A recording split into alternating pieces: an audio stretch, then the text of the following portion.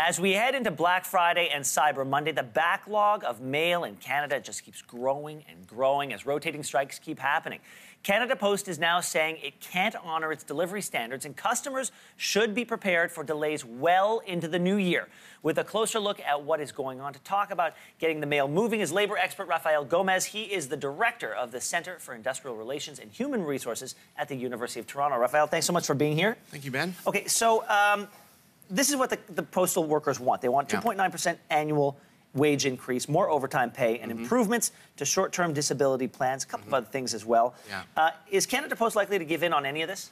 I think eventually someone will have to give in, Yeah. and whether it's one party or the other, a resolution will occur. What's interesting to note about this dispute is this federal government has sort of said, we're staying out.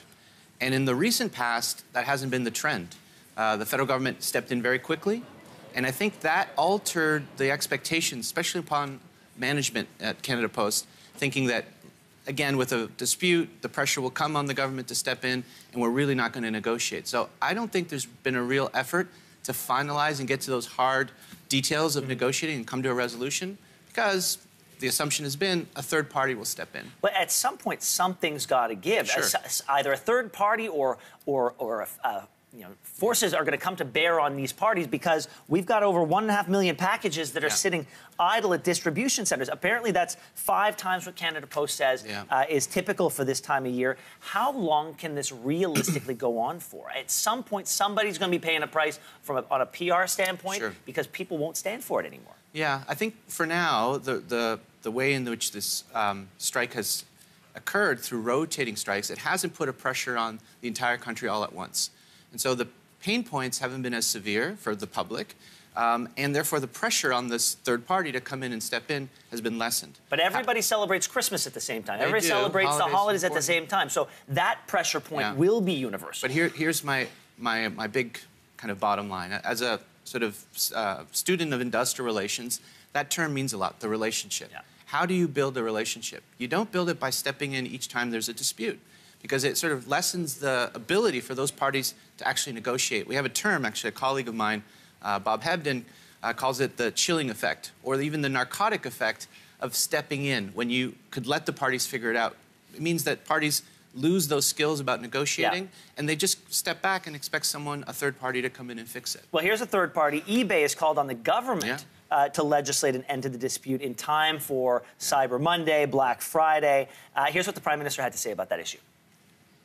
Christmas is coming, important shopping days are coming, and we need to see a resolution to that. As I've said many times, all options are on the table. Okay, so how do you interpret that? Well, in my opinion, I think the government has tried to take a stance that's thinking about the long term, meaning there's short-term pain whenever there's a labor dispute, but if parties can come to that resolution on their own, it means that the next time they bargain, they'll probably arrive at a solution quicker.